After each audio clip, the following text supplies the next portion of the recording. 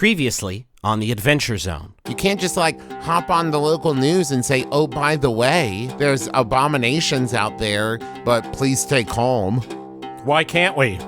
He opens the safe. Yeah, you can do it with your eyes closed. You reach down and carefully remove Shade Tree. Should we look for Ned? I'm, of course, worried about Ned. Where is Ned? But should we look for Ned? I guess you and I are taking a road trip up to the Green Bank Telescope. I didn't have a vision about me beefing. It's about you. I'll just go and see what I can find. I do this on one condition. Shoot. I will never, ever see or hear from you again. Ned, I can guarantee that. And he shuts the door. He walks away and vanishes into a rift in the fabric of reality. And on the floor of the closet lays a body. It's the body of Boyd Moshe.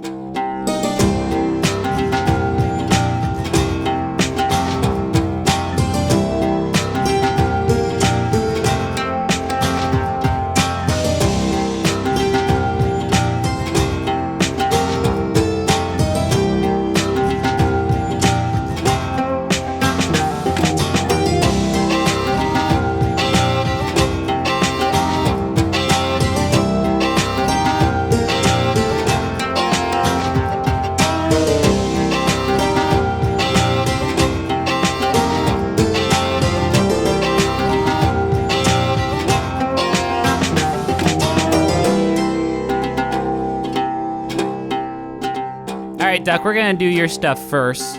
We're gonna resolve your big story and where we left it off. The big cliffhanger. Last episode, it's like free solo up in here with that last episode because of it was a documentary about a man who he hangs off of many cliffs. Was the name of the original name of the movie? Maybe it's like Cliffhanger, the movie called Cliffhanger. Ah, farts! They did do one of those, huh? Yeah. I don't it's right there. know. Maybe it's a Cliff Bar. That's not anything. So Cliffhanger is in a reality where cliffhanger is not a narrative descriptor of an ending that demands resolution as quickly as possible. In a reality where that term never originated, cliffhanger is the wildest name for a film that has ever been. What a baffling name you've chosen for your Sylvester Stallone vehicle. Well, he hangs on cliffs and cliffhanger. Yeah. Wait, is his name Clifford Hanger? No, wait, it's maybe. Yeah, that's maybe a great. Can I take that? We're going to see how that tests. It's a movie about a big scary shark and Richard Dreyfuss. We're going to call it Ocean Eater. Ocean Biter, maybe. Okay. Chomperfish? Chopperfish? Shoot. Okay, Duck, you are headed to the Green Bank Telescope, correct? Sans Leo. Okay, I forget, how we have sort of spatially arranged this little section of Pocahontas County, but I think we said, the Green Bank Telescope is just, a few miles, maybe no more than, 10 miles away from Kepler. I think we established in the world building episode that, Kepler is kind of where the scientists who used to work there at the observatory, actually lived and made their home. So I imagine it would have to be close enough to commute. So it's not a super long drive for you to get out there. Are you taking, do you have a skateboard? I guess you're taking the Forest Service. They have cars. Yeah, I'll probably take their car. Okay. So it's a pretty short drive. And I don't know how many times Duck has made this drive, but there's this eerie thing that happens when you approach it, when really it kind of comes into view, where the small handful of AM radio stations that you can get access to in the quiet zone here just instantly fall off. They just instantly disappear.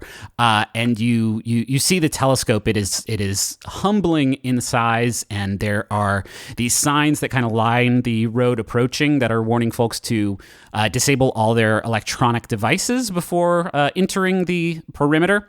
You also pass by sort of the tourist friendly part of the observatory, which is a much larger sort of building where you can learn about the telescope and all that jazz, but that is not actually within the perimeter of the gate, which as you approach, there's a security gate.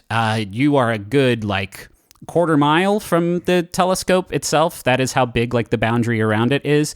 And a guard comes out of the little booth here, and she's holding a clipboard, and she gives you the little like window roll down hand signal, and she says, "Oh, hi there, welcome. What can I do for you?" Oh, I like this person immediately. She's from Fargo. She's very likable. Hey, yeah, the Duck Newton. We had some tracks. Believe it or not, we got a bear. We got a wounded bear. Oh no! It's rabid. It's gone rabid. And it's wounded and it's rabid. So that's a bad, I don't need to tell. You know as well as you and me both know that's a bad situation. Oh, it's not great. Yeah. There's a bear and I just need to go in and look for the bear, and it could be anywhere. And I got Tums of the essence. Well, we got a nice big... It did sound like you said Tums are of the essence. It may be. Both of them may be. She says, "Oh, well, don't you worry about that, none. We got a big old fence with a lot of barbed wire on top of it, and any bear that could make it over that is a bear I'd like to meet. I'll tell you that much, don't you know?" So you don't understand. It's endangered. I have to account for its whereabouts. Shit. I think this is manipulate a person. It's definitely not your truth-telling power. You're convinced somebody of harm because yeah, it ain't that for sure. There may be an injured rabid bear somewhere, but you don't know it. I'll be damned. Yeah, that's a big old Tensky. Oh, jeez. I got a 10. I can't believe that worked. I can't either. Plus charm. What's your Great episode. All right. 12. Yeah, shit. All right. By the way, boys, go back and listen to the last episode. There were a lot of failures, and I forgot to remind you all to mark XP, which is an important thing in the game, which I have been sleeping on. So, or maybe just like ask, because the audience, I'm sure, is paying attention to that stuff. What level am I supposed to be? Tweet at me now at Justin McElroy. Yeah. So, okay. Yeah. Explain Homestuck to me. Tweet at me now at Travis McElroy. Oh, Jesus. Spare no detail. I actually am really into Boar at Griffin McElroy. Okay, cool. Out of 10 plus, they'll do it for the reason you gave them. Okay. Now, tell me, is this bear big enough to... I like how the rules of Monster of the Week, and probably anything in the system, but like rules of the Monster of the Week make it so that like I can't do the shit. only narrative justification is that this person's a dipshit. It's like it puts a dipshit into the world, forces your hand. No, I think she cares very much about endangered animals. And she says, okay.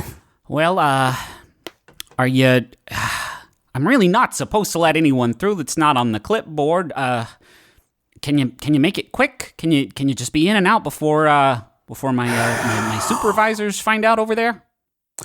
I will be just as quick as anybody else who could be terribly injured by a rabid bear.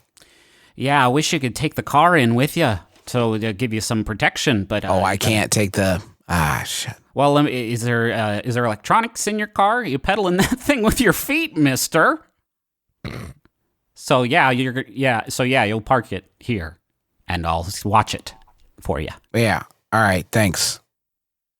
You got a gun or something, mister? I mean, it seems like I don't want to tell you how to do your job, but if you're going up against a big rabid endangered bear, then it seems like you would want to have some kind of ways of defending yourself, don't you know?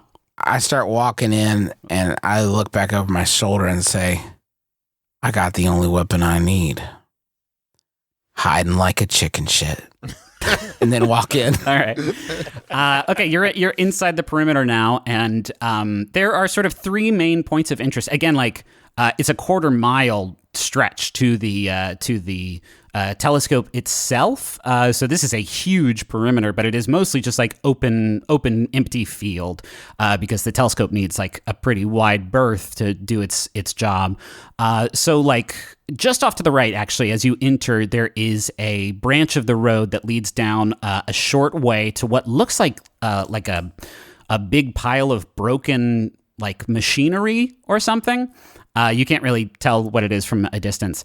And then following that road closer to the telescope, there's another branch that goes off to the left, and you see this like secure looking building, like a pretty small, secure looking building that seems to be the only building that's actually within the perimeter. And then, of course, there's the telescope itself, which is just like awe-inspiring piece of technology. It's like the dish is 5 stories up from the ground. Its diameter is 100 meters with this massive reflector arm that stretches up like another 70 feet. It is just this huge, huge thing that is kind of at the very center of this whole compound. I think we're going to investigate the machinery, see what's going on with that. Takes you a little bit to walk over there, and the road actually sort of terminates like a good distance away from where this thing is. And as you get there, you actually realize that it is cast in like bronze or something to be like kind of a statue or like a memorial in the shape of this big pile of broken machinery. And there is a stone like plaque on the ground. And it reads, Green Bank Observatory, 300-foot telescope, collapsed November 15th, 1988. So does it seem from that this is like a miniaturized version of that, or does it seem like one-to-one? Oh, yeah. This is actual like Green Bank history. Like there were a few telescopes that were built here before the big motherfucker that's there now.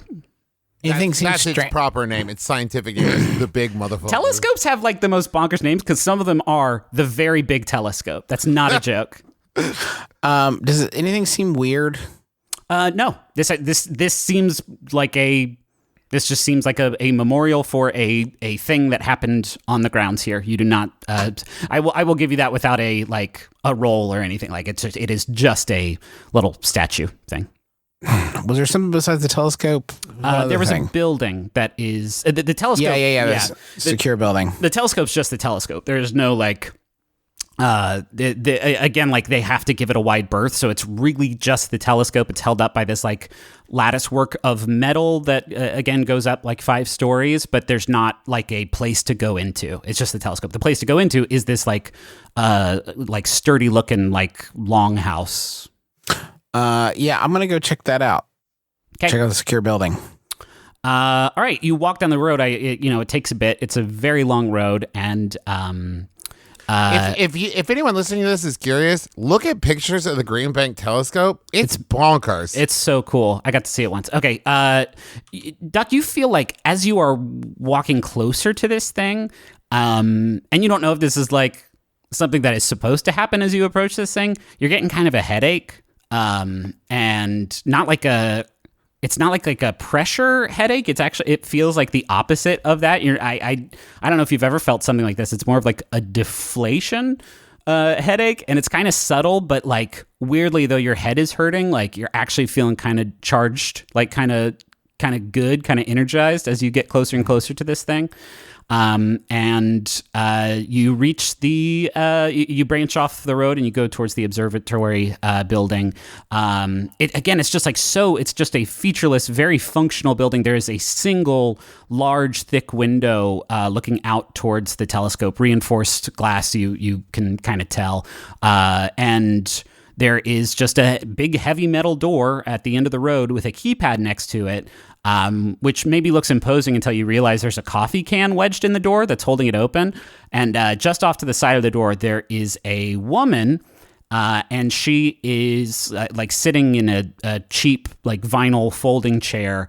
She's wearing a black Megadeth t-shirt under a lab coat, and she's reading a Nat Geo, which she lowers as you approach, and she says, "Can I help you with something?" Yeah. You spot any bears around here? I'm a forest ranger, a real one. Yeah. Have you spotted any bears around here? Have I seen any bears around here? Yeah, we had a bear, a rabid bear, real mean some bitch, come up through here, and they said down there, they said he ate through the gate and came charging up this way, and I should leave no stone unturned. I mean, we don't have that many stones out here. It was a metaphor. Yeah. Hey, can you take off your hat for me? Oh, yeah, right on. Sorry, it wasn't being respectful. And I removed my hat. And she says, holy shit, is that you? Is that Doug Newton? Yeah, it's me. I'm sorry, I thought you died, man. Oh, what? Why would you think I died? I don't know, just scuttlebutt going around. Man, I haven't seen you in years. I've been out in the forest. How much does like Duck remember from high school? How much? I don't know if you would. I don't know how to rectify that. He was high for a lot of it. Okay. She says, "Man, it's me. It's Sarah Drake. We were lab partners for like, man, just a long time, and yeah. We dissected the frog, right? Yeah. I apparently stuck with the scientific arts a little bit more closely than you did, but oh my God, it's so good to see you, Duck. So you're looking for a bear? Yeah. There was a bear, and I was kind of using it. Can I be honest? Yeah. I was kind of using it as an excuse to come up here. What I'm really interested in is the telescope. We just had a bear in the region, but since I just used it as an excuse to come up here because I was kind of wanting to get a better look at all the science. Well, Did Duck just say there was a bear somewhere in the woods? Everything you just said is the truth. She says, yeah, I mean, I'll do anything for an old lab partner. Do not touch anything though, okay? Because folks will notice. Folks are real particular about that shit. Okay. Well, take me to your later, right? I could type in like "take me to your later" or something. No, that's explicitly what I'm talking about, Duck. Please don't do that. Yeah, no, it's just sorry, Sarah. Sorry.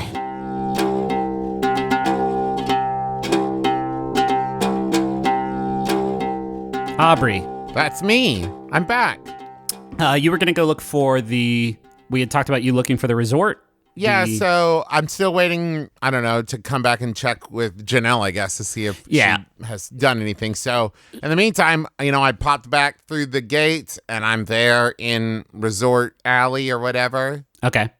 We should establish something because we're kind of breaking canon a little bit because I'm imagining this is like, I think this is still during the day. And I think we've talked about the gate being activated by moonlight and opening up. And as much as Aubrey goes through there, like, can Aubrey open the gate at what, like, does Aubrey's Sylvan magic allow her, like, what's the... Yes. Yeah, I think we should probably make that a rule. Okay.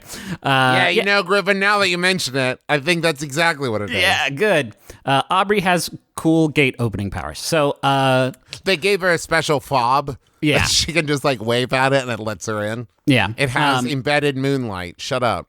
So you were going to head and look for the place where Ned had his encounter with. Yeah, so he talked about, it felt...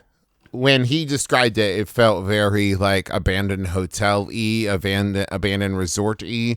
So Aubrey's kind of scouting out any buildings that seem like they would have a bunch of individual offices or rooms nearby that are, that seems abandoned or emptied, or even if there's like a wing that's being renovated, anything like that.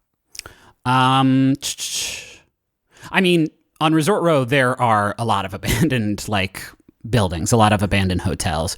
There's probably like a dozen that you can see, and they're all these just like Alpine inspired, ski lodges and little houses and hotels and all kinds of stuff. I would say out of the dozen here, like the two of them that are closest to the road, that are closest to the actual mountain, are still open. Aubrey closes her eyes to remember as Ned described the building he was in to them, did he mention any kind of color scheme or paint that she would recognize? And now she listens closely for his voice in her memory. Wood paneling. She remembers wood paneling.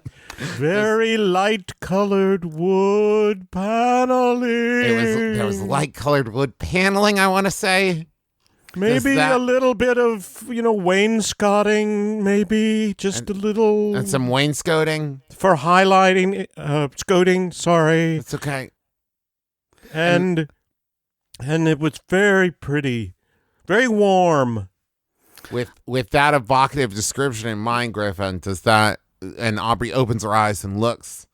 Weirdly, Yeah, they all have light wood paneling. It's crazy. No, I would say okay. I'll give you that. I think that Ned would describe where it was, and I think it was fairly dark during his chase, but he definitely would be able to see wood paneling and stuff like that. I think that would narrow it down to just a handful. There's 3. As you can kind of look in through the boards, you can see 3 of them have these wood panels. Thick shag carpeting. With the description she's gotten from him, if she, Aubrey seems like the kind of person, this is what I would do. Okay. Of this one feels right. Oh, So, okay. you get there and it's just this one's it. So if we've narrowed it down to 3, I'm going to say that she's going on her gut. Well, let's do this. Why don't you use magic? Because there's a thing in there for, right? Observe. Oh, another place that, yeah. Right? This is, you're talking about a feeling, but I think for, the spell sling and Aubrey, this would be a little bit more than that. So it's a 4, but I have +3 for weird. So it's a 6. Do you? Wow, you've really min-maxed the fuck out of this character. I didn't even know you could do that in Monster of the Week. Okay, yeah, with a 7, what is it? There is a glitch. It has a problematic side effect. It draws immediate unwelcome attention. How about it draws immediate unwelcome attention? Okay. And you figure it out. You feel with your magical intuition which building it is. It has a sign, a fairly rotted out wooden sign at this point, and it's called the Inglenook Hotel. And you just know, this was it. This was the building. And as you open your eyes, you see this building, you see this sign, and then you also see Eugene, the who works over at the ski lodge, who I don't know if you've had any. He wasn't there during the soup. You weren't there during the soup adventure, so I don't know if you've met Eugene. But he says, I'd stay out of the Inglenook if I was you. Sorry? I'd stay out the Inglenook Resort if I was you. Okay. Why? Why do you say that? I don't remember if this is what he sounds like, but it's what I want him to. Maybe now he's really enjoying he's eating peanut butter. I don't. There's you know about the aliens. There's aliens, and they took me up. I told you about it back. Okay. Yep.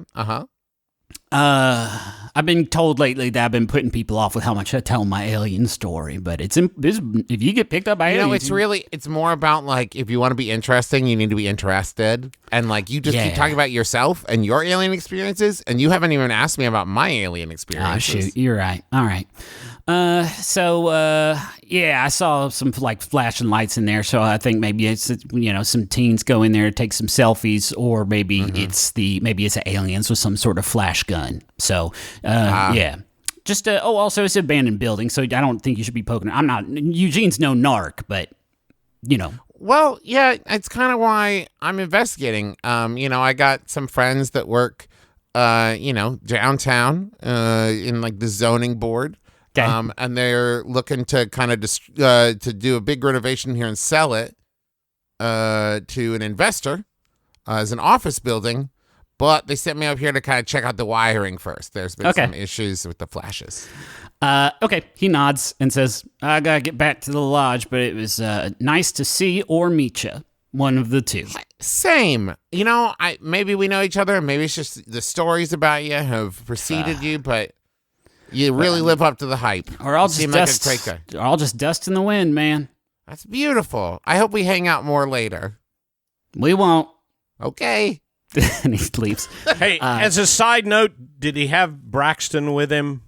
Who? His dog. Oh, Jackson. okay, man. Dad's been so on the lore shit this. No, he Yes. did not.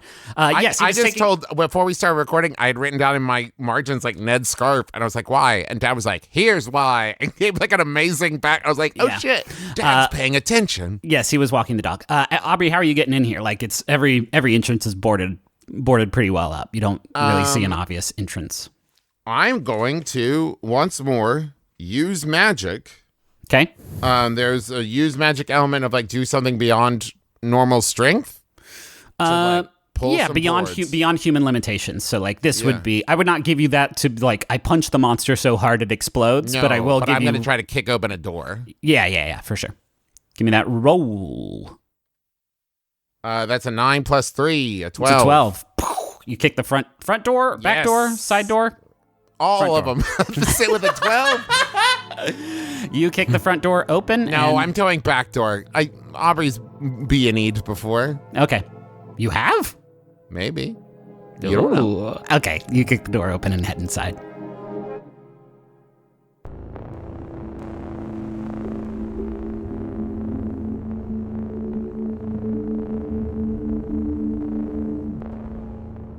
Ned, we are. I mean, what do you want to do now? I want to leave this sort of sequence. I think it's like right after you just got the key Right. from Boyd and left, and obviously we saw some stuff that Ned did not see. Right. So, what are you doing? Well, I think he would make a beeline for wherever the. Is it a post office box? Is it a locker key? Does he know? It's a deposit box at the bank. There's a Okay. a small bank, I imagine, down on Riverside somewhere in Kepler, probably close-ish to City Hall. Okay. Called the Yeah. second bank of Kepler, but the first bank shut down a while ago. Yes, And this isn't even this is like the fifth second bank. yes, Kepler. it's It's the a fifth. chain. It's the fifth second Methodist Bank of Kepler, West Virginia. Our Lady of Bank. Yes. Okay. Yeah. You walk in, and there's just like it's a fairly small, fairly humble bank. There's a single teller who sees you come in, and he says, "What can I do for you?" Yes, my good man. I'm just here to check on the contents of this safety deposit box.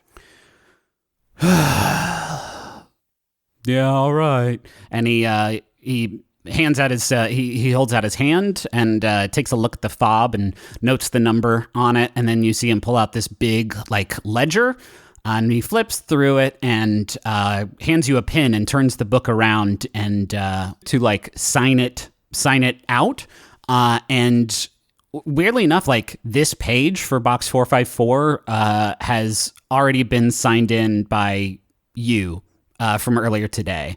The handwriting is different, but it says Ned Chicane on it from earlier today. Not a good sign.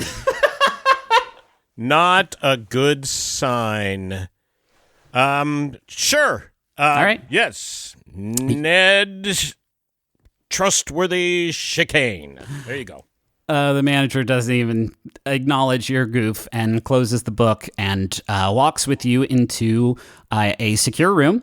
And he walks over to box 454 and he sticks his key inside of one lock that's on the box. And it's a pretty large box. It's on the ground level. And he gestures for you to do the same to the other box, which I imagine you do. Right? Turn it. Now, to the left or the right? Or have we already done that bit? Yeah. We've done that bit so many times.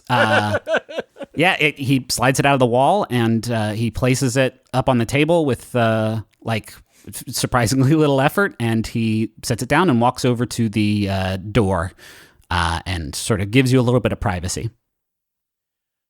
All right. Well, I'm pretty sure what I'm going to find when I open this, but he opens the box. There's nothing in the box. It's completely No! Yep. Figured. So what does Ned want to do now? Ned's going to investigate a mystery. Okay. Ned's going to investigate a mystery because one of the questions you can ask is, where did it go? Yeah. Perfect. That is an 8 plus Your sharp. Sharp plus 2, so that's a 10. Okay, You did it. You did it, Daddy. For investigating a mystery on a 10 plus, you hold 2. So you get to ask 2 of these questions. And yeah. Where did it go? Okay. I think that. But that's really about the monster, isn't it? Well, I'll give it to you. I think in this case, like Ned's intuition would say that Boyd still has it, and as far as you know, Boyd is still back at the hotel. So like that is your inclination, and because you made a beeline for here, like that is where you assume this thing, the treasure still is. Where the hell is my stuff? You there. What is your name, teller? Is it Penn? Oh, man, I was going to make the same joke, Daddy. I'm so proud of us. All right, what happened here? What do you mean? What are you talking about? Yeah, why the hell isn't there anything in my box? Did you give someone your key or something? Somebody else have your You know, I rolled a 10, and Yeah. I had 2 sharp. Yeah. So I'm pretty sure that you have to tell me something. Well, I mean, I just got here, so like, I don't know. Do you want me to like talk? I could call Denny, who's working this morning, and see what he says. Would that be helpful? Can I be helpful to you like that? Well, let me tell you, somebody has taken the things from my box. I have a regionally Did you give your successful... key? Did you give your key to someone? Hold on, wait a minute. I have a regionally successful television show. And unless you answer my questions and help me out right now, I will completely dishonor this establishment on my regionally successful television program. Man, I'm just working like 15 hours a week here. It's fine. You don't have to threaten me. I can call Denny up. He's a cool guy, and I like talking to him. Fine, call Denny. We have to leave I can't leave you alone in here because you might burgle the other ones. This may be a clever ploy. Actually, you're supposed to leave me alone. Have you not worked in this bank very long, Penn? I'm giving you privacy. I'm giving you a good 10-foot perimeter. Yeah, 10 feet. That's not privacy. Okay. That's being observed. That's skulking. It's a cordless phone, so I can go get it and come back in here.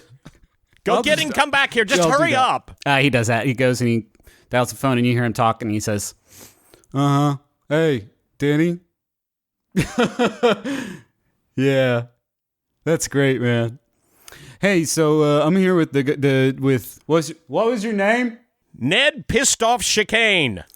And Ned Pissed Off Chicane, and he's came in here. He got his box, and it doesn't. Yeah. Oh man. All right. That's weird. I don't know why. Yeah. All right. Cool, man. Talk to you. Hey, Game of Thrones Sunday. See you then, partner. Denny good? All right, man. TTYL. and he hangs up. Yeah, Mr. Denny said you came in today. He kind of described you perfectly and said you came on in and. How did he describe me? I'm curious. What are you wearing right now? Ooh. Well, jeans. Are you wearing jeans? I'm wearing a long winter coat, like a long parka. You don't have to answer this in character. Oh, This is me, Griffin, asking what Ned is wearing. He's wearing a long coat, a very nice, very stylish parka that he got on eBay. And what color is it? It is, I don't know, I guess a kind of a rust, kind of, because Ned doesn't really want to go for just the straight primary colors. Okay. This guy describes what you are wearing and your general look to the letter.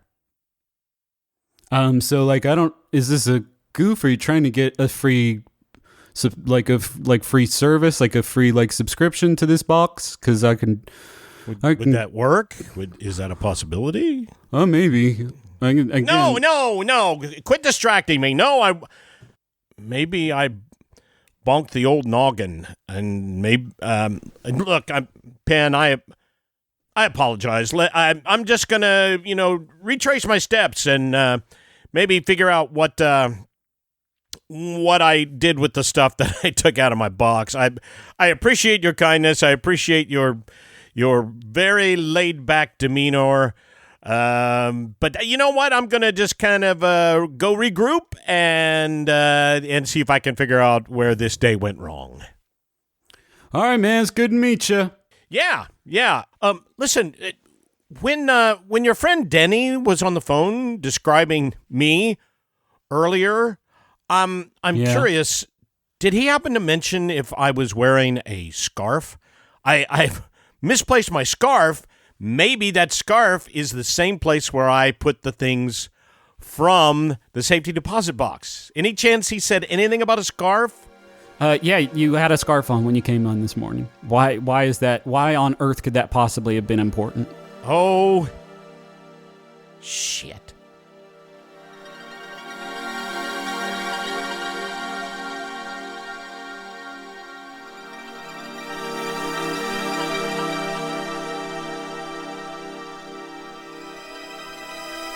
Hey everybody, this is Griffin McElroy, your Dungeon Master, your best friend, and your big birthday boy. I am 32 years young, and I'm here to tell you about some of our sponsors for today's episode of the Adventure Zone Amnesty, episode 20. Our first sponsor this week is Squarespace. Squarespace helps you make the websites. Everybody's got one. Everyone needs one. But if you want one that is going to showcase your work or help you sell products or whatever services you offer or help you announce an upcoming event or a special project, then you're going to want to use Squarespace. We've used Squarespace to build a number of websites in the past, and it's super easy to make something that looks really good. I don't have a visually artistic bone in my body, but Squarespace helped me because they have beautiful customizable templates created by world-class designers. They can also make it easy to buy domains. You get to choose from over 200 different extensions. And then once you get your website set up, they got analytics that help you see how your site's doing. It helps you with search engine optimization, all kinds of good stuff. So I want you to go check out squarespace.com/adventure and get a free trial. And then when you're ready to launch, you can use the offer code ADVENTURE to save 10% off your first purchase of a website or domain. Go get it. Go and get that. I also want to tell you about Quip. Quip is the one for teeth. They make a toothbrush that vibrates, and it's sleek and stylish, and it gets your teeth so clean. It gets all the nasty stuff off there, and you're just going to love having that experience. They have sensitive sonic vibrations. It's got a built-in 2-minute timer that will pulse and let you know when to change sides, and it's got this cover, and the cover you can use as like a travel cover when it's time to take it on the go, or it also mounts to your mirror, and now it's like a cool holster for your tooth gun. They also can set you up with a subscription for brush heads so that they will show up every 3 months, which is the dentist recommended schedule. And it's one of the first electric toothbrushes accepted by the American Dental Association. Quip is backed by over 20,000 dental professionals. Right now you can find out what the hubbub's all about. It starts at just $25. And if you go to getquip.com/adventure right now, you can get your first refill pack for free with a Quip electric toothbrush. That's your first refill pack free at getquip.com/adventure. I want to thank everybody who's been tweeting about the show using the Zonecast hashtag. If you do so, you might end up as a character in the show, like Dr. Sarah, Sarah Drake, which is named for Sarah Churchill on Twitter. Thank you for tweeting about the show. And there's a bunch of characters, and we're probably getting close to wrapping up this whole Amnesty campaign, actually, so I don't know how much room there's going to be for more stuff. I mean, there's always room for more stuff. But anyway, we appreciate you spreading the word about the show because that is how we have managed to get the audience that we have now. And without your support, we would just be nowhere. So thank you so much for that. Thanks also to the Maximum Fun Network for having us on. You can go to MaximumFun.org, check out all the great shows there. Shows like Stop Podcasting Yourself and Dr. Game Show and Switchblade Sisters and so much more. We also do a bunch of stuff at McElroy.family. You can find links to our recently announced tour dates. There's still some tickets available as I'm recording this, and we're going all over the country. So go to McElroy.family, see if we're coming anywhere near you. Grab your tickets now. We've also got some new merch up there. We put out new merch basically on a monthly basis at this point, so you can find all that right there, and everything else we do. Episodes of Monster Factory, all kinds of stuff. So, we also do a graphic novel adaptation of The Adventure Zone Balance. You can pre-order the second book that comes out this summer at theadventurezonecomic.com. I think that's it. So we're going to get back on our regular schedule now of every other week. So the next time I talk to you, it's going to be on May the 2nd. So we will talk to you then, and farewell.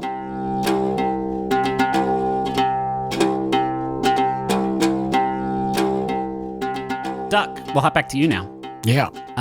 You head into the this building, this observatory, and again, it's not like a huge building. There's like a little lobby as you walk in that really is just sort of an entryway into a few other rooms. You see like there's like a little kitchen in here and a bathroom, and towards the back of this little entryway is a door into what you can see is a security station, and it's got like 6 monitors over a panel with a phone on it, and the monitors are overlooking different views around the perimeter here.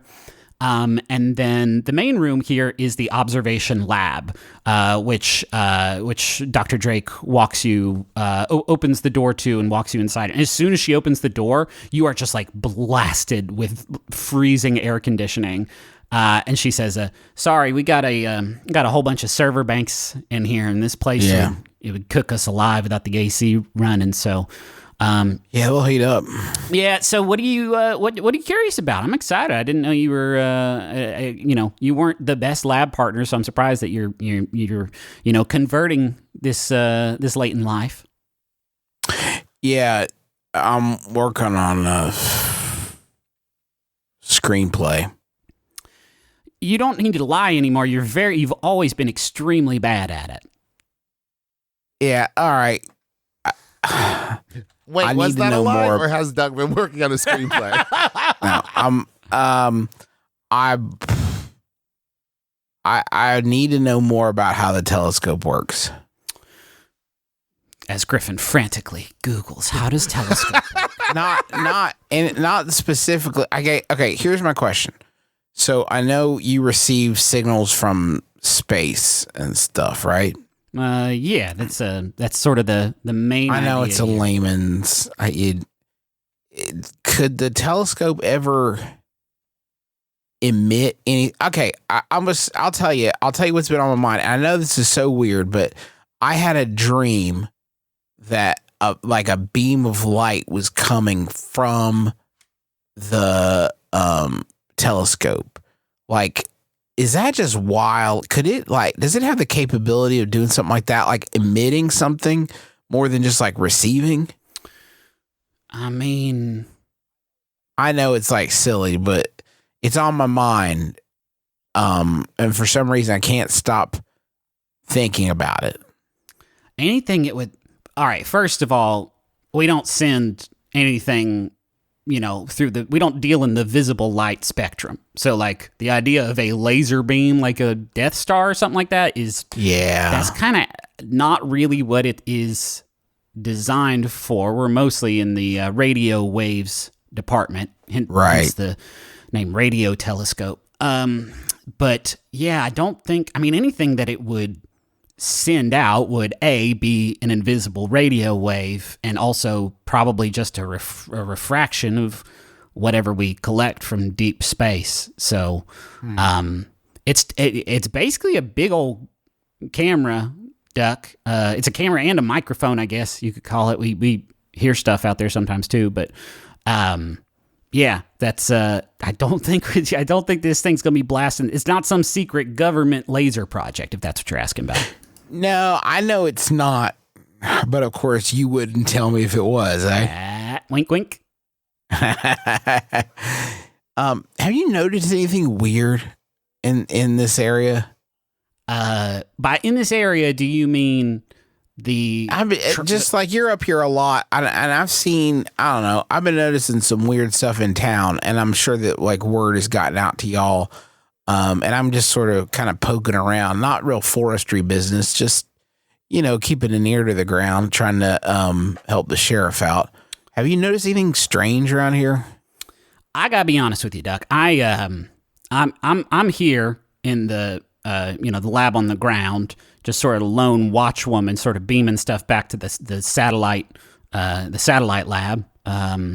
And so I don't get out a whole lot. It's mainly just me and the, giant telescope looking up into the heavens and my Nat Geos.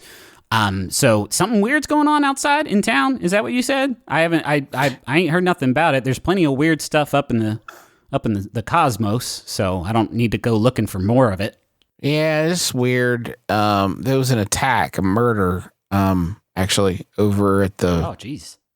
Yeah, I know it's intense. So I don't know. I didn't think any usual forest animals were involved, but I'm just kind of asking around, want everybody to stay safe, that kind of thing. Well, I mean, I can let you know if I hear something, but I don't know.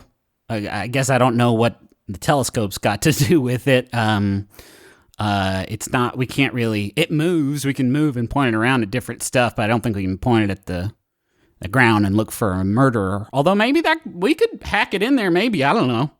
It's designed to look for things like light years away, so it might be a little too close to shoot down to Kepler. But I'm sorry, I can't be more help, Duck. Yeah, no problem. Do you still want the tour? I can show you. Absolutely. Yeah. I'd love to know more. She shows you this big screen over a whole desk full of keyboards and dials and little paper readouts, and the screen is just showing a nebula, just like this cloud of stars and space gunk. And she says, "Yeah, so we're the biggest moving radio telescope in the world, and so us and sometimes an array of other telescopes, we capture images, the likes of which humanity's never seen before, and there's a lot to see up there. And my job here is I send it all over to the main satellite lab. I keep a few of the stuff I catch out there to myself here." And she gestures over to this little display case over a few of these servers that she has labeled the Hall of Fame. And she says, I mean, we got a bathroom and a kitchen if you're hungry. And What's on the Hall of Fame?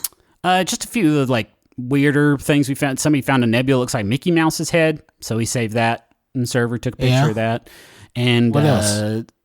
Weird sounds and stuff, like echoes of stuff that that's so far away. It's an immeasurable length of distance away, but we got a big fucking ear here, so we can catch a lot of it. Can I hear one? Be my guest. I gotta actually start sending this file in. It's several thousand gigabytes, which is a new size that we had to come up with because of how big our files are. So you can go check it out. I got to get this upload started. So head. Oh, cool. Thanks. Yeah. She walks back over to the computer, and you check out the Hall of Fame, and there is the Mickey Mouse Nebula. You see that. You see one that is a nebula in the shape of Dennis Farina's face, and that's pretty cool. And love that guy. Is it all people's face shapes? No, there's a few little boxes, like these little metal boxes with a play button on them. And the first one that you come to, you press play on, and it's labeled baseball, and you press it and you hear a old, probably 1940s, broadcast of a baseball game that somehow they just caught in space. And it sounds authentic. Obviously, it's pretty distorted because it's coming from a very long way away. And one of the exhibits that is one of these sound exhibits is labeled Interstellar Blues, and it was discovered on August 2nd, 1990. Yeah, I'm going to listen to that.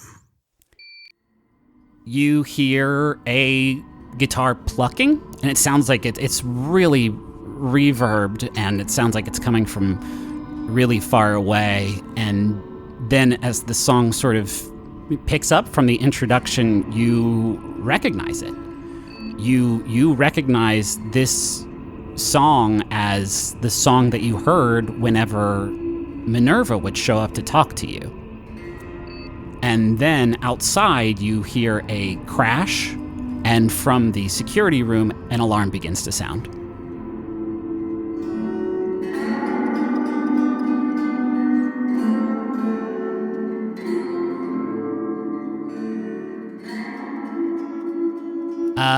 Aubrey, You have made it into the Inglenook Hotel.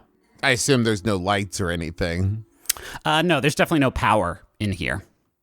She does the thing she's done a couple times now, kind of ignites her fingertips, you know? It's like, Oh, sure. You Lumiere yourself, essentially. yes, exactly, yes. Okay, I'm going to give you basically like the same layout that I gave Dad. I kind of have it all written down here, sort of the same exact features, which makes sense because it's, the same building.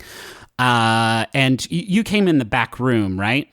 Yes. Okay, I think that you would come in through the conference room then, which is where the rifts were when Ned was here, which let's just assume he described everything that happened in detail to you, right? This is not Ned doing this scene, so we can't have him notice the differences, but I think you would just, okay. There are no rifts in this room. The rifts are gone. The only thing that seems weird in this room that Ned did not describe is on the conference room table, there is a single small featureless, kind of like baseball-sized silver orb that is just sitting on the center of the table. Otherwise, there is nothing else here. There's no kind of detect magic in this game, is there? I mean, you have your third eye. So that's kind of that.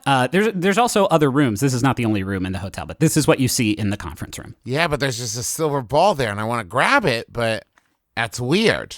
Since I was a young boy, I played the... All right, thank you, Dad. I'm going to say it's read a bad situation is what clues in the third eye for Okay.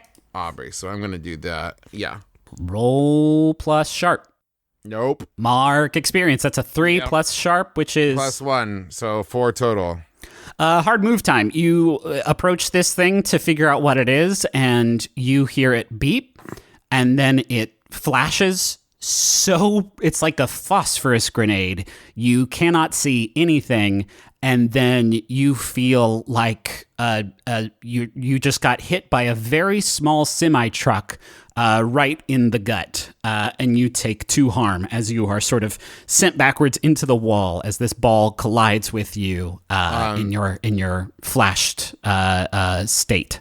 The harm decreases by 1. Oh right, yes, you have your vest. Yes, yes, it protects you. You hear the vest sort of twinkle. I guess it shimmers as you take the blow. What do? You hear this steady sort of like humming noise coming from where the ball is, and I think your vision is starting to clear up a little bit now. What can I see now? You see the orb that is sort of flown away. It's sort of hovering now on the other end of the room, and it seems to be doing sort of a parabola, like it's arcing away from you to arc right back. I see. It's coming back at me? Yes. I run deeper into the hotel. Okay. You make it into the lobby, and I think this thing is like hot on your heels. In the lobby, you see sort of the same just like detritus that Ned described. Nothing else kind of unusual here. There is a desk leading into the office, and the door, this big heavy wooden door into the office is currently open. And then there are stairs leading up to the second floor. I will also give you in the office, you see, what do you see? You see something weird in the office. You see a piece of paper that is, it looks like it's stuck to the wall on the inside of the office. That is all that you can see in here. And then there's also the front door, which is all sealed up, and the windows too. I see. And so this thing's right behind me, right? Oh yeah. I run up the stairs. Okay. I think act under pressure. I think if you're moving this much in the house, like this thing is very, oh geez, Trav. That's a 4. I have a +0 for act under pressure. Yeah, so mark experience again. Aubrey may not survive this one, but she sure is gonna go out with a lot of, notches on the old experience belt. This thing manages to just like lap you, like just like flies right past you as you're heading up the stairs, and then like a fucking Home Alone paint can just smashes into you, and it flashes right before it does it again, and now like your vision is like very much gone, and you actually are sent sailing backwards into a coffee table, and you feel something sharp in your leg, and you take 3 harm. Whew. So that's 2 more harm. That hurts. But here's the thing.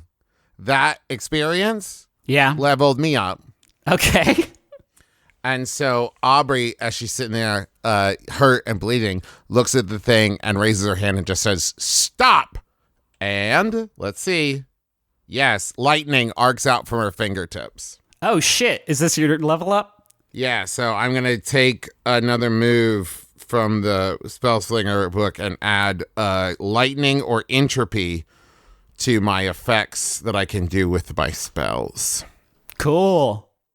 I like that a lot. Add +1 harm messy to a base. Yeah. Okay.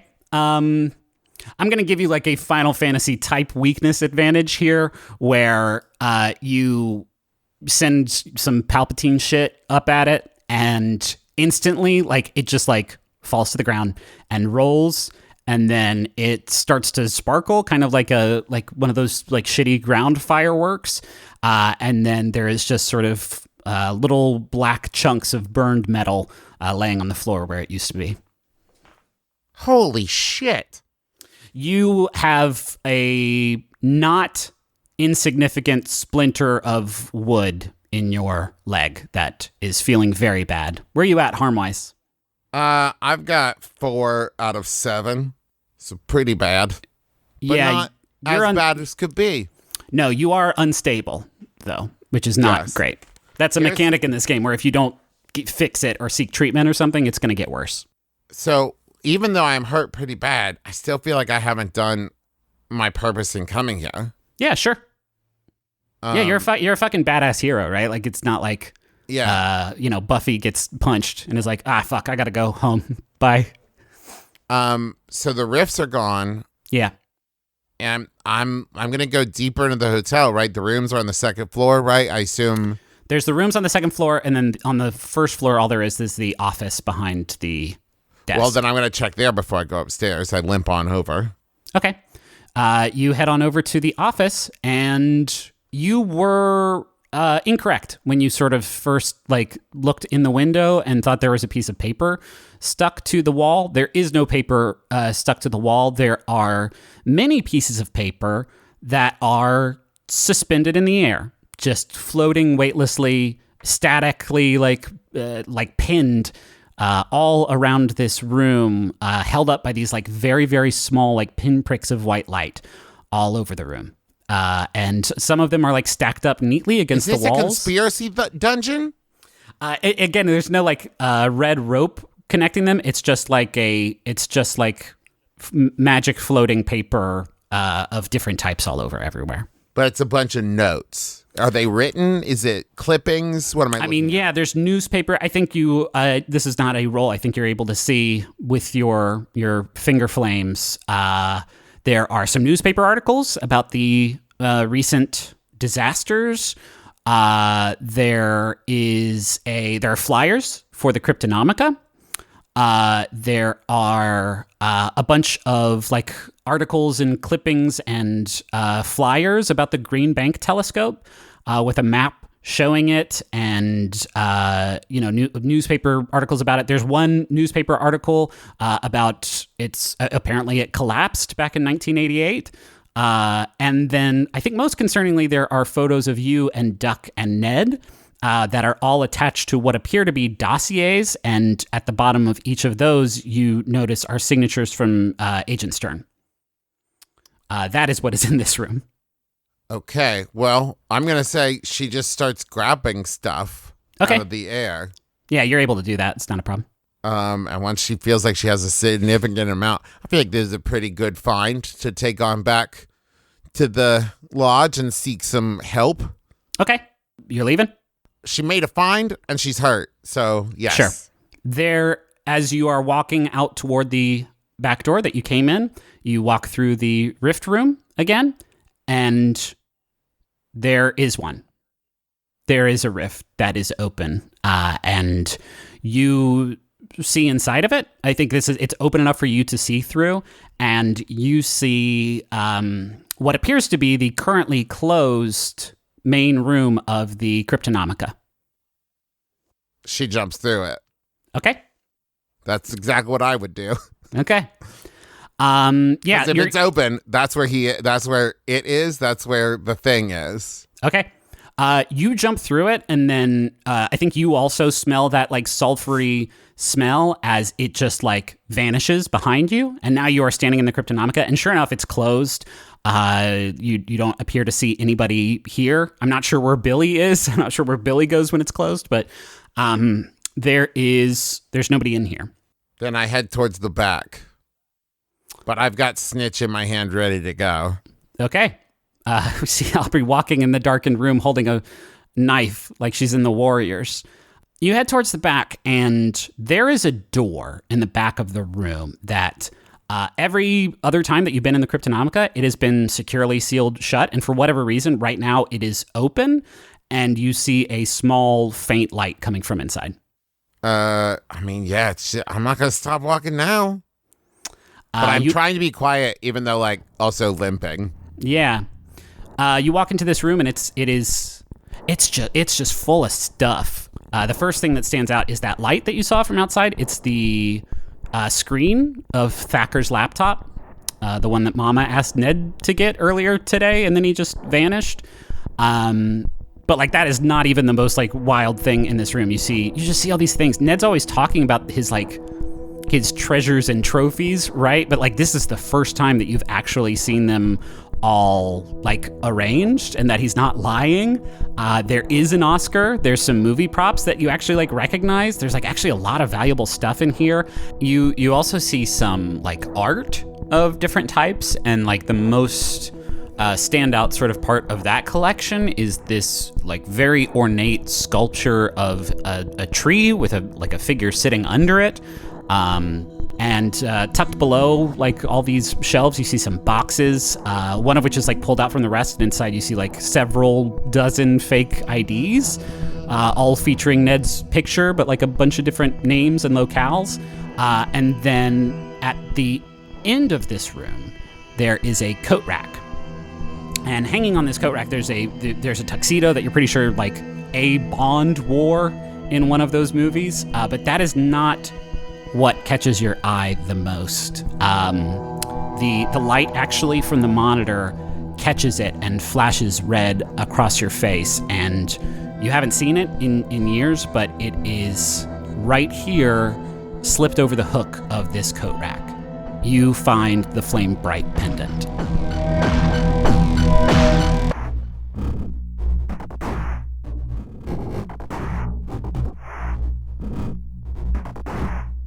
Ned, what are you doing? Well, I think he has to go back and look for Boyd, but again, I think he knows what he's going to find when he gets there. I mean, and why would Ned think that? Well, because if the Ned before was wearing the scarf, he remembers that he left the scarf. The last time he saw the scarf was with the shape-changing monster. Okay. Yes, fair. Okay, I've just figured out how you've connected the dots. Thank you. Okay, you head back to Boyd's room at the... Justin, what was the name of the hotel that you stayed at that one time? The Count Galoo. Count Galoo. Hotel. Beautiful Hotel. Count Galoo hotel. And yeah, you show up to his room, and I mean, it's a hotel room with the door shut, so it is locked. Well, then guess what I have to do? I have to use my lock-picking skills. We established in the last episode that you are fucking good at this because you cracked Mama's safe in like no time at all. So like, I think this would, because of the class you are playing, I think this is just an automatic like, okay. Yeah, you popped a lock. Sproing. You're not planning. So the argument is, a burglary? Is this a burglary? Because if it's a burglary, you should use your burglar power. But like otherwise, yeah. Okay, I'll just open the I room don't know. and start. Okay. Searching. You walk into the room and it's empty. It has not been turned over yet, this room. You can tell because there's the bed is unmade and there's some stuff laying around. And the closet door is open. And as you walk closer to the closet door, you finds Oh, damn it, Mo. the body of your former partner, Boyd Mosh.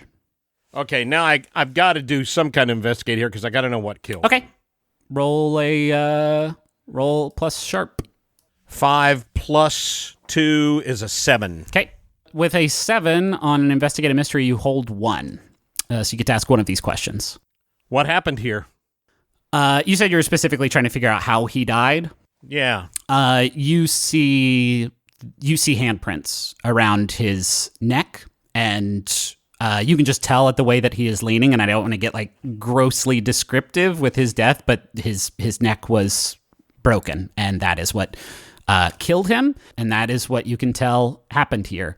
I think you can also, there's a smell in the air, and the smell is a bit sulfurous, I think. Not sulfurous, it's almost like burned steak or something like that, and that is a smell that you've smelled every time that, when you were in the Rift room in the hotel, like you smelled it a lot. Yeah, like a golden corral. It smells like the rifts smell like a golden corral. So you definitely get that too. And then you get a knock at the door into Boyd's hotel room. Who is it? Mr. Mosh, it's me, the manager. You're supposed to check out an hour ago. You doing all right in there? Oh, I'm so sorry, old bean. I have taken a bit ill. I've got a bit of the vapors. Excuse me, time out. Did he just say, it's me, a manager? The manager.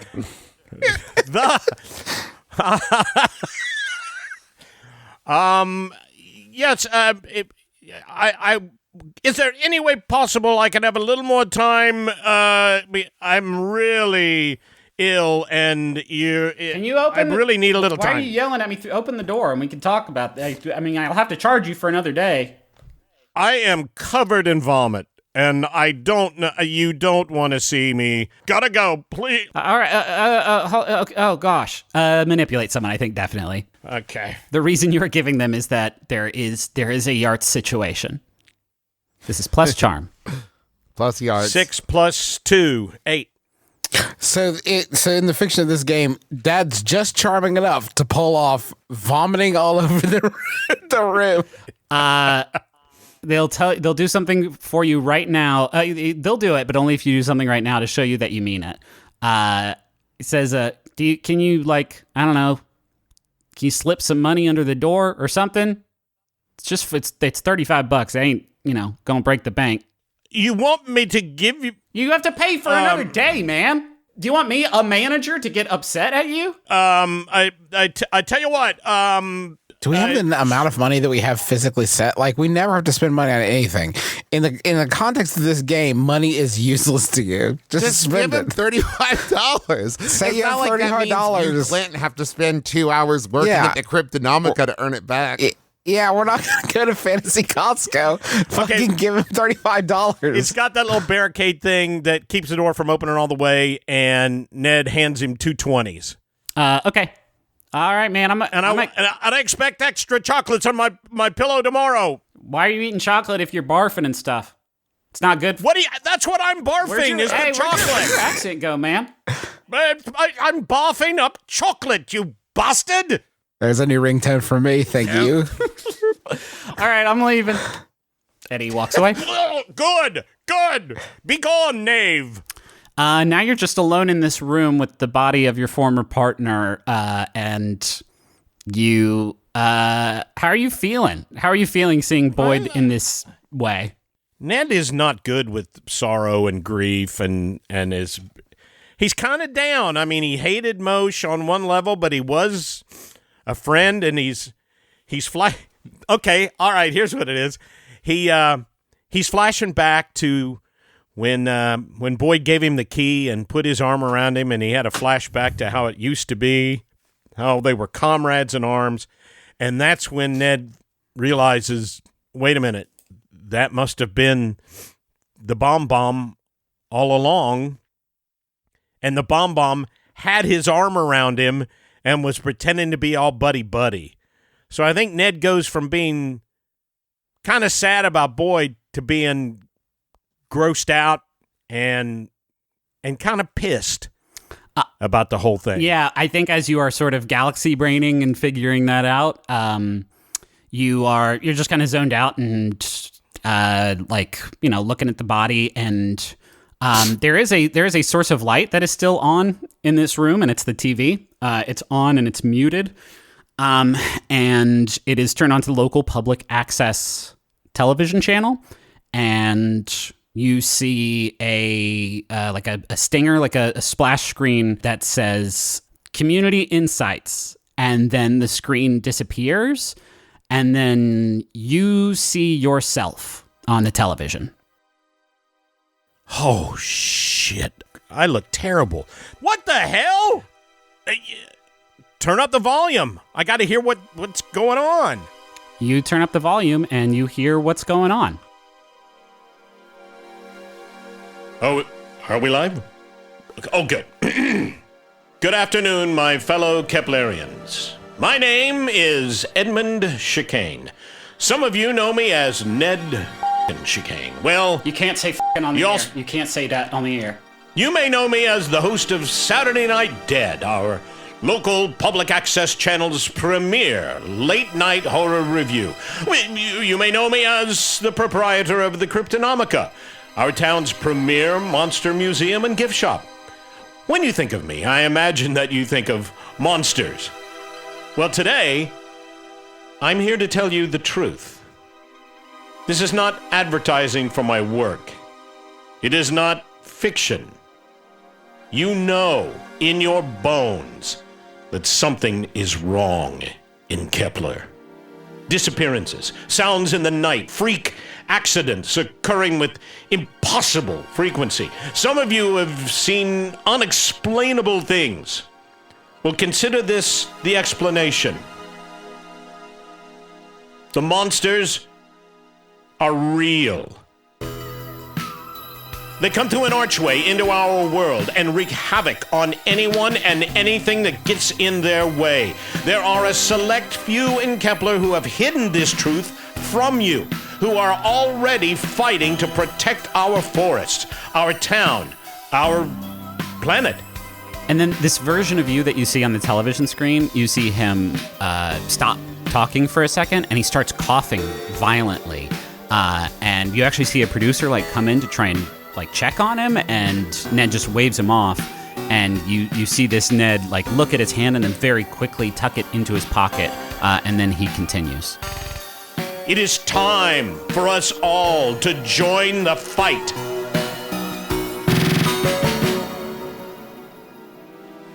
A half-mile north of Amnesty Lodge stands the archway, leading to our assailant's world. Tonight, when the moonlight falls upon the gate, it will open. I will be there, armed and ready to defend my home. Will you?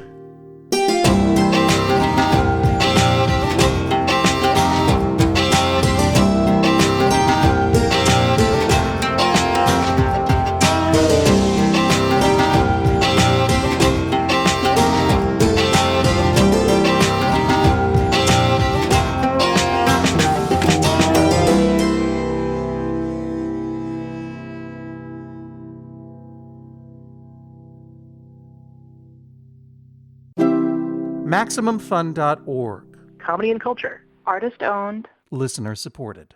Hi, it's Ali Kokesh, one of the cast members of Mission to Zix, a new addition to the Max Fun network. We're blown away by the welcome we've received from Max Fun listeners, telling us you've discovered the show and are binging it hard, supporting us during the drive, and just being rad humans all around. Mission to Zix is an improvised, obsessively sound-designed sci-fi comedy epic, following a group of ambassadors as they explore the ass end of space. I play Dar, the 12-foot-tall omnisexual security officer with furry scales, chest talons, and a series of flaps and shoots that are for... you know what, you'll figure it out.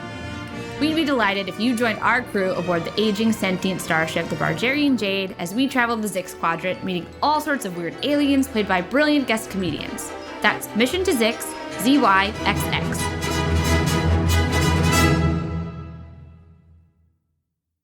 Hi, I'm Joe Firestone. And I'm Manolo Moreno. And we're the hosts of Dr. Game Show, which is a podcast where we play games submitted by listeners regardless of quality or content, with in-studio guests and callers from all over the world. And you can win a custom magnet. Subscribe now to make sure you get our next episode. What's an example of a game, Manolo? Pokemon or medication. How do you play that? You have to guess if something's a Pokemon name or medication.